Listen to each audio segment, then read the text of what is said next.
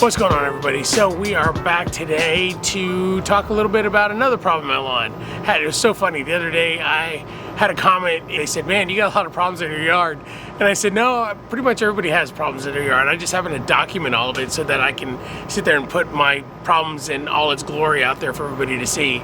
But today we want to talk a little bit about something that I noticed the other morning when I was inspecting the lawn. I was getting ready to water it, and I saw this thing in the lawn that looked a little bit like a spider web, and the dew was covering it.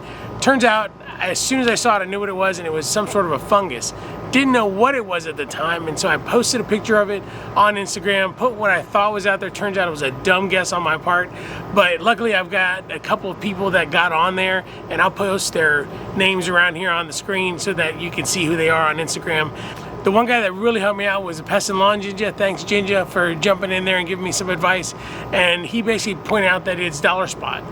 So because of that, it's something that I do need to take care of. Now, one of the things that I did already was I come out every morning and I'm raking it out to make sure that it doesn't stay on the leaves, because it is starting to discolor my leaves.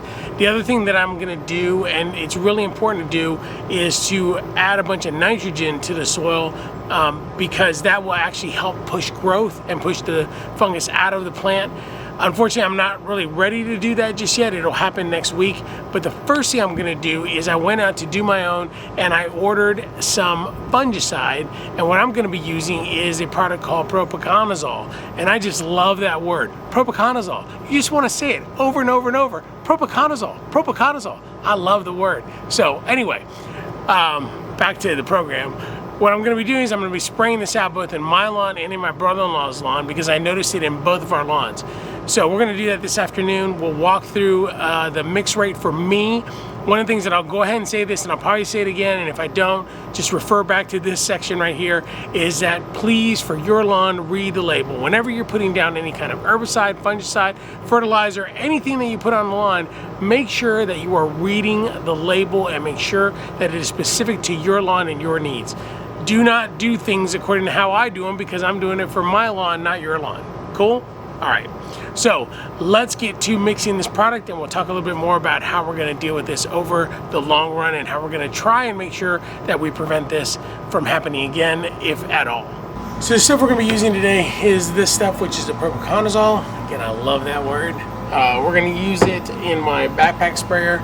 The rate for my lawn is going to be 1 ounce mixed with a gallon of water for every 1,000 square feet. So for my lawn, it's going to be 4 ounces and 4 gallons. So if it's perfectly into my backpack sprayer, and that's going to cover the entire lawn. A couple things to keep in mind with all of this is that you do want to have good PPE. Make sure you have rubber gloves. They suggest long sleeves. I'm not going to do long sleeves because I hate them. I only do them when it's cold, and it's not cold yet, so we're not doing it. Also, long pants. I'm not going to do long pants, but I am going to wear rubber boots because these are chemicals. They do work through leaf absorption, and if it'll absorb in a leaf, it'll absorb in your skin, so just be very careful. Preferably don't do this when it's windy, because you could get a blowback. All those things need to be make sure that you are careful with. But other than that, we will basically put in 4 ounces of this product into the backpack sprayer, and I will use the water from the hose to actually do the agitation, make sure it's really well mixed so that you get a good coverage. And then we're going to go through the whole lawn and we're just going to spray it out, and then we'll come back and talk a little bit at the end. All right, so like I said, we're going to be doing 4 ounces in 4 gallons to cover my whole yard. And the way we are going to do this is we are going to put it in this 4-gallon bucket, and I will agitate it, mix it with the pressure from the hose. It's got 2 ounces in there already, and there's 2 more ounces.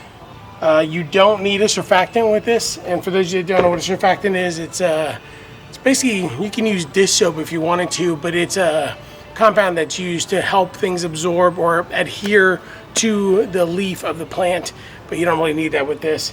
I'm also not going to use a dye to tell me where it is, because I'll be able to figure it out. And that's it. Oh, the other thing about this fungicide is you can mix this with other products if you wanted to. Like if you wanted to do an RGS or something like that, some sort of a different product or a fertilizer, you could. It's not going to hurt it. I'm not going to do that because I'm already on my my seed and overseed program right now with Greene County Fertilizer. So I'm just doing this right now, making sure I take care of this. And I did go around and blow off some leaves in the back, so you get to see a little bit of a preview of what that's looking like. And that's it. Let's get to it. Let's get out there and start spraying. I'm going to concern myself with some of the spots where I know there's fungus growing, and then I'm going to do a light spray over the rest of it. Part of the reason, and one of the things I didn't explain before, was part of the reason why we're having a fungus problem is because it's still warm and we are watering the heck out of the lawn for us to get the seed to germinate and to continue to grow. And you know, fungus likes moisture and it likes heat, and the fact that we're in both, that's why it's growing. So I'm going to take care of spraying, you know, doing a nice overspray over the areas where I've seen the fungus first, and then I'll do preventative because it's going to continue to spread and it will continue to exist if I'm not careful, just because of the amount of water that I'm putting down. So probably an important thing I probably should have said earlier, but now you know.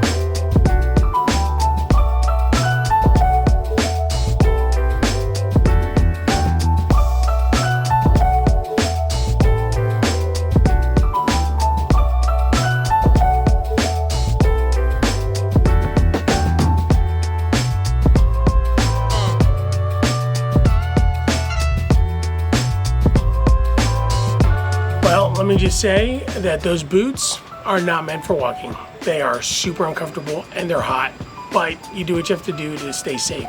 Remember, when you're applying these types of products, a fungicide, an herbicide, even some of the fertilizers, you want to make sure that you protect yourself. Make sure you've got gloves on, make sure you've got glasses on to protect your eyes, and at least those rubber boots or long pants or long sleeves.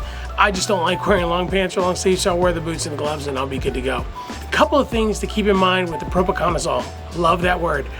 A couple things to keep in mind with the product is that you do want to water it in. You don't have to wait for it to be rain fast. So go ahead and get water on it. You want to work that into the dirt and also work it into the roots so that it can be a systemic product, which means that it will work through the plant to actually take care of the fungus. Same thing with any kind of an insecticide or an herbicide that is systemic. That just simply means that it gets absorbed through the plant and the plant actually helps you fight off whatever it is that you're trying to kill.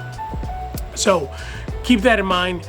Another thing I'm going to do is at the end of this video, it'll be a few days, I'll come back, see if I can show you guys any results and how well the product did.